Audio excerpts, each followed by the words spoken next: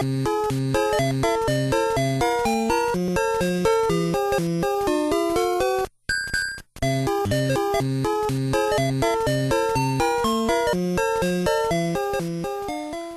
up as a kid, I was always into handheld consoles.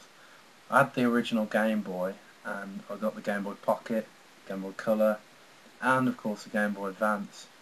It was around about this time I started to sort of slide away, and I kind of lost interest in handheld gaming for a while. And admittedly, all I ever used to buy was ports for a while. The Nintendo DS arrived in 2005, which I picked up straight away, yet again with another port, Super Mario 64 DS. And, you know, I bought a few games for the DS, but overall, again, it started to slip. I got a PSP on release, sold it within a month or so, and since then, I just haven't really had the urge to play, you know. I mean, gaming in general, I've stopped, you know, playing games as much. But with the announcement of the Nintendo 3DS, my interest was kind of reinvigorated, and I got a 3DS on launch. I got the Aqua Blue or Cosmic Blue. I don't know. I'll get the colour names mixed up. I think it really matters. Obviously, you can't see the 3D effect on camera, but still a nice, sleek little console. But after buying the 3DS, I did worry yet again that I wouldn't really play it much. I thought once the gimmick wears off, I'd put it down and I wouldn't touch it until, say, Zelda, Star Fox, whatever come out. But no, in fact, it had the opposite effect, and it reinvigorated my love for classic handheld systems, and I actually went out and bought a load. I'm going to show you them in the order in which I first played them. So,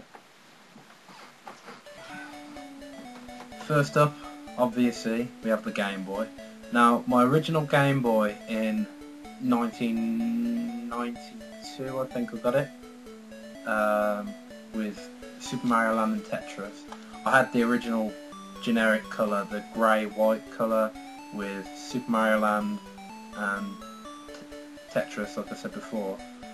I think those were the only games I had for about 2 years. Back then you didn't really notice. I mean, that's what it was like back then when you were a kid and you didn't get much money. Well, for me anyway, it's like you get a few games a year maybe, and I was more interested in my NES. I still love my Game Boy, but back then I could play, I mean, Super Mario Land, I can beat in about 45 minutes, and yet somehow that managed to keep me entertained for about a year. You know, eventually the library expanded, obviously, but I got this Game Boy last week.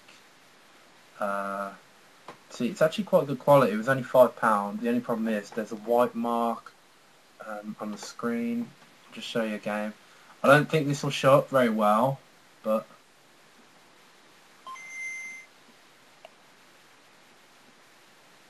oops. See if I can play Mario backwards.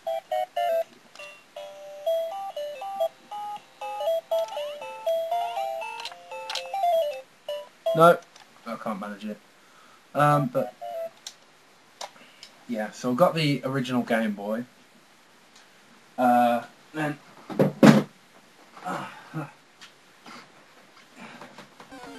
as a kid, the next one I got was the Game Boy Pocket.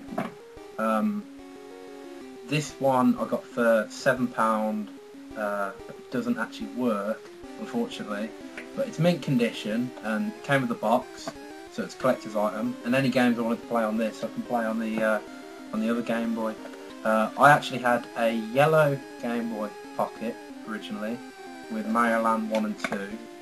I don't know why I got Mario Land 1 again when I already had it, but that's the box set my mother got me for my 10th birthday, I think, in 1998.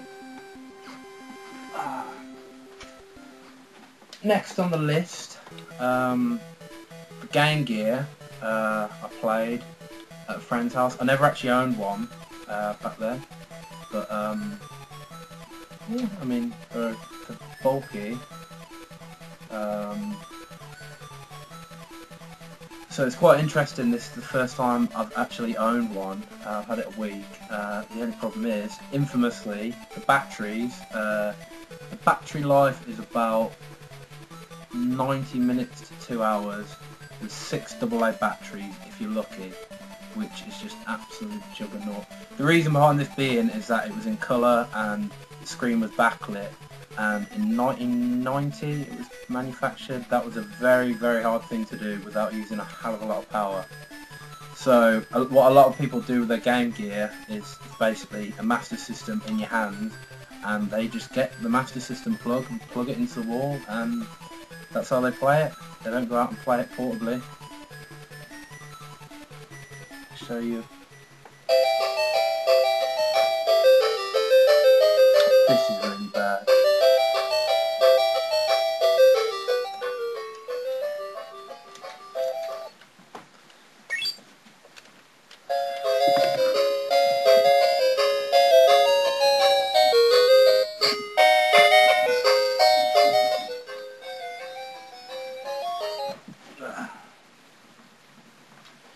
Well, yet again, that's and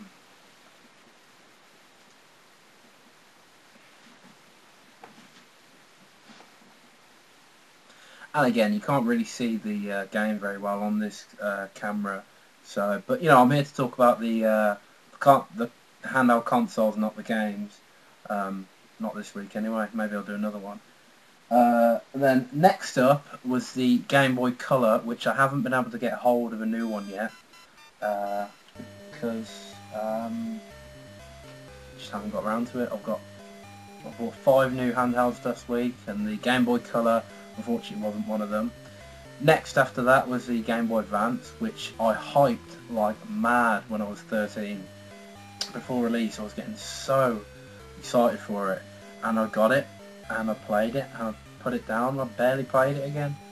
I eventually, I broke my original Game Boy Advance. I remember specifically, I was playing Donkey Kong Land 2, and I dropped it, and the screen ripped, and that was it. Pissed me off so much I didn't want to buy another one. But Donkey Kong Land 2, I mean, this is the interesting thing, how all the Game Boy line, it was backward compatible. You could play your Game Boy and your Game Boy Color games on your Game Boy Advance, which was a really nice feature. Unfortunately, with the release of the DS, they had it so you could only play GBA games, and then from the DSi onwards, you haven't been able to play GBA games, which is a shame, but you know, it cuts the cost, I suppose. Anyway, yeah, so after the Game Boy Advance, which again I haven't got, you know, I still need to rebuy one. You got the finally